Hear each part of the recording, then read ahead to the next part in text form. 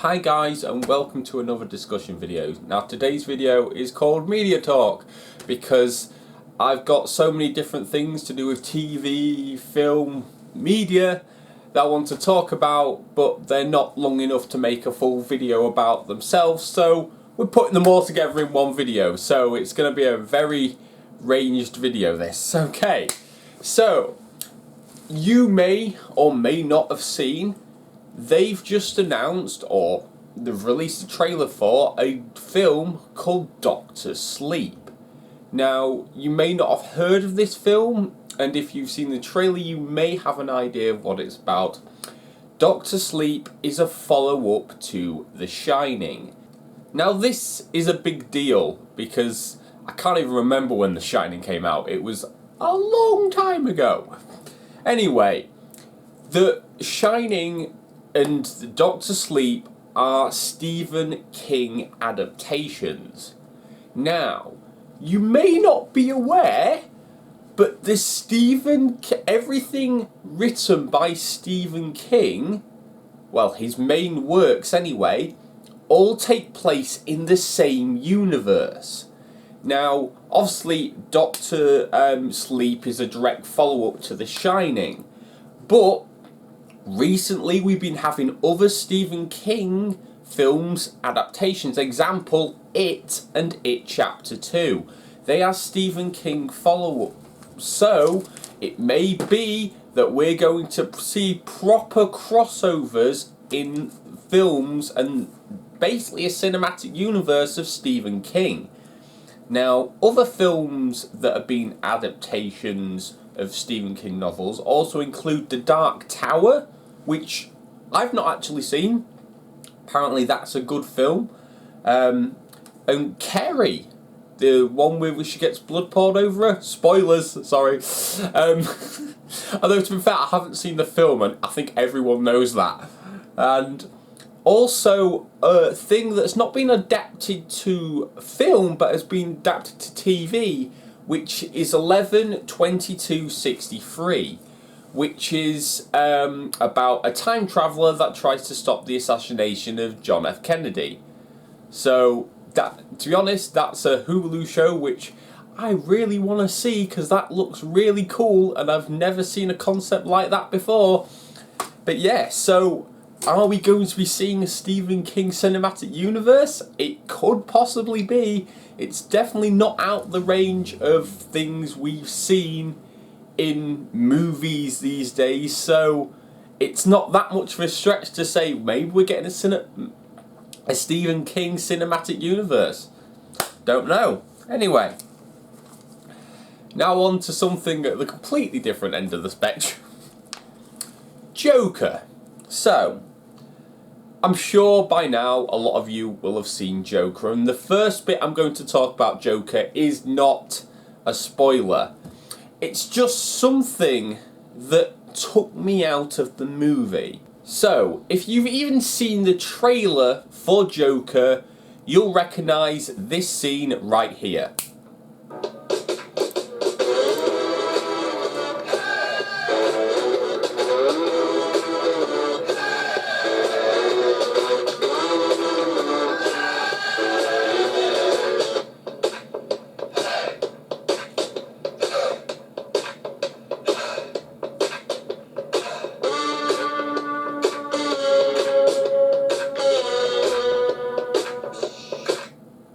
Now, if you've seen the trailer, now I've added the music from what you hear in the movie back into this to get an idea for people that haven't seen the movie or just to remind you if you have.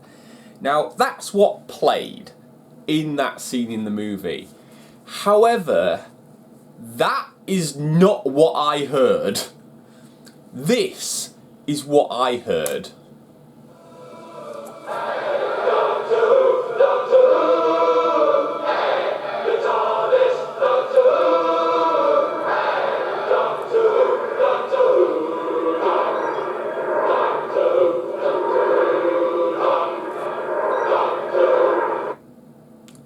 Can you see why that would take me out of the film?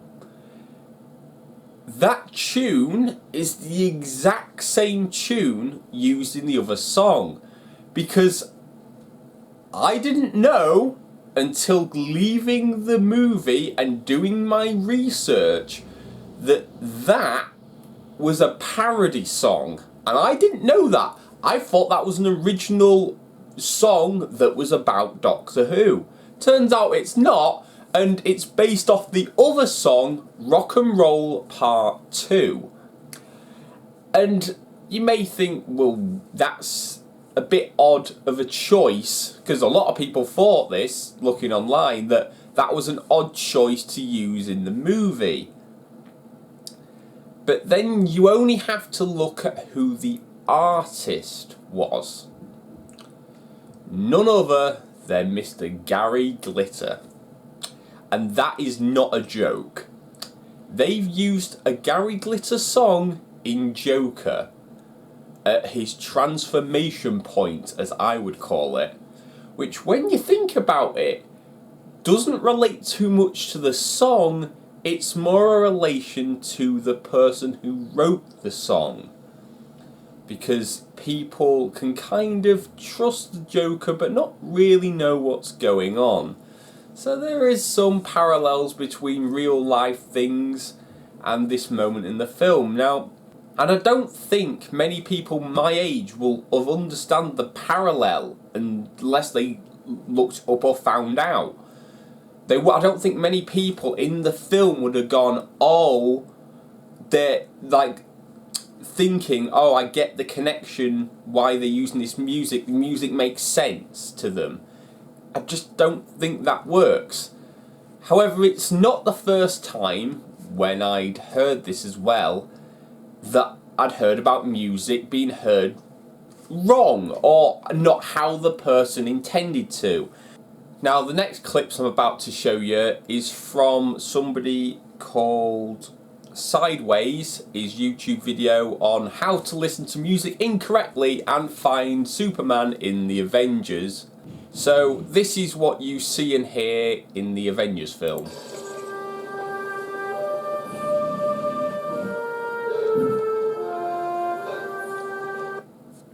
This is what he saw and heard.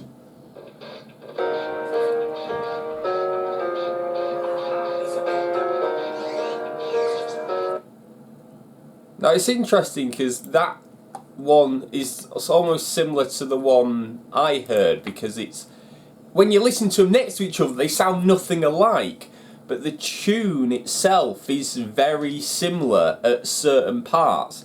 So it's quite an interesting parallel to have. Now, this bit is going to contain spoilers about Joker, so click to the time frame at the bottom if you want to avoid spoilers for the Joker film. Now, obviously, a main thing about the Joker film is that you're not always meant to be clear on what is real and what is not. Well, in my opinion, I've seen a lot of different people's opinions, but nobody saying what I thought when I watched the film, is that everything that's not real happens before he stops taking his medication, not after. I think everything after he stopped taking his medication was real. So that's just my opinion of how I think it was in the Joker film. I really enjoyed the film. I'd definitely go see it again. And it's bringing a new way of looking at superhero movies. And then onto that, I want to get on about superhero, how you're looking at superheroes in media in general, because it's not just on the film, it's changing. It's changing in online media, because we have Amazon Prime Video. Yes, so if you've seen on, I don't know, you might have seen that on Amazon Prime Video there are two main superhero things that started coming out.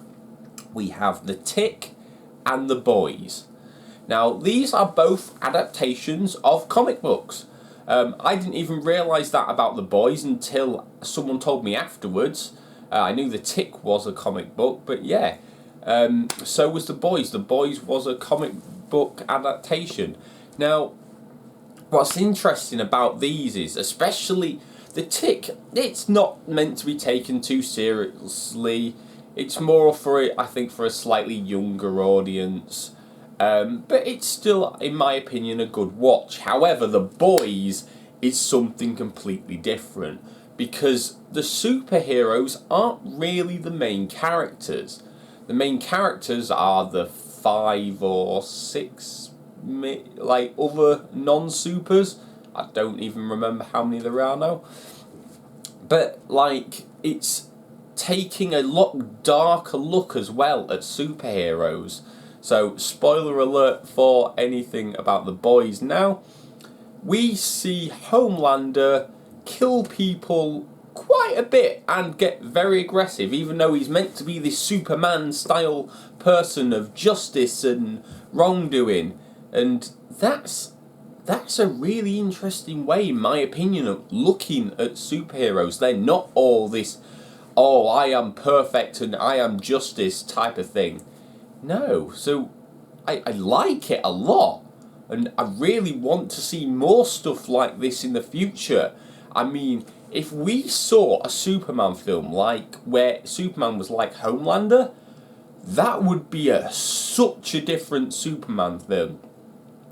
But yeah, I mean, obviously the main characters in the main superheroes in The Boys are all clearly representations of ones from DC. So you got Superman, Wonder Woman, I guess Noir's sort of Batman. Then I guess you'd say the fish guy was Aquaman. You'd say the speed guys like the Flash. You've got a lot of connections between what they're like. I don't really know what you'd say the blonde one's like. The one that's not the greatest of superheroes. But yeah, there's definitely parallels obviously between DC and that. And that's an interesting way, because it's like a familiarity of a character, but then it's clearly not the same character because they're so different. And I love it so much, and I cannot wait because they are doing a second season of The Boys. Yes, if you're not aware, season 2 of The Boys has been announced. So yes, we are going to see more of them, and that is not a bad thing in any sense of the word, and I am very looking forward to that. Speaking of second seasons, this is something I just want to put out there because some of you might not be aware. There is going to be a second season of End of the Effing World. Now, yeah, I don't know if any of you've seen that. It was a Channel 4 thing that aired a while ago, and I've watched it multiple times. It's a really interesting, different series as well. It's not what you'd expect from a series, and I really like it for some reason that I don't know. And I know for a fact that multiple people in my family have watched it multiple times as well, because it's just such an interesting watch. And yes, there's going to be a second season of it. So where they're going to go with it this time, I don't know. But I am very much looking forward to that. And speaking of things that are coming up in the future, or things that we know that's happening, we found out recently that RWBY Volume 8 and 9 have been greenlit. So, don't know anything more than that, but yeah, we're definitely getting a Volume 8 and 9 of RWBY. That's going to be interesting and very much... I kind of expected it, but yeah, that's going to be a good thing to know. So we're definitely getting at least till Volume 9 of RWBY. And finally, this is the one thing that he's less unsure of, but I think personally that it's probably like 80% real. I think there's a 20% chance it's not real, but I thought I better just bring it up anyway. That is this, what I'm showing you right now, is the Sonic the Hedgehog redesign. Now, we don't know if this is actually real or not, although I think that if this isn't real, the person that's done it has put way too much effort in to making it look like real if it is fake. Because mainly, I don't think people would have thought about the cursor above Sonic on the left picture. I don't think people that were faking it would have done that. I don't even think people that was trying to take a photo of something that was real would have noticed it. I think that is just oh, I've accidentally left the cursor in the photo when I've sneakily been getting these photos. I do believe that this is a real thing. Although there is some inaccuracies with both photos, which is very odd. Like, mainly the big notice one for me is on the left-hand side photo. He has like brown inside ears, whereas on the right he doesn't. So it does make me wonder, like, were these two different versions or something? But I don't know. It looks very, especially the one on the left. The one on the left looks very real to me, like the proper redesign. And especially the fact they haven't lost the one, like the two pupils in a sense. There's still a bridge gap between his eyes, unlike the original Sonic in the everything else.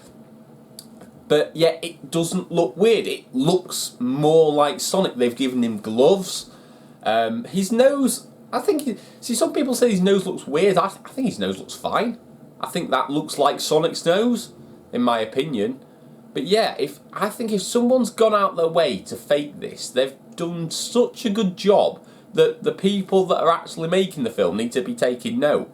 Because if this is really how it's going to look in the final movie, I definitely am going to go see that movie. I mean, I was going to go see it anyway, even if it was going to be terrible. But, like, that's Sonic. In my opinion, that is Sonic. So, what do you guys think? Do you think this is real? Do you think it's fake? Do you like the design? Let us know in the comments down below. So, if you've liked what you've heard, give us a like. If you want to see more of our videos, hit the subscribe button. And if you want to know when our videos gets released straight away, hit the notification bell. You'll get notified straight away. So, I've been Stephen of the Fractured Moon, and we'll see you next week. Bye, guys.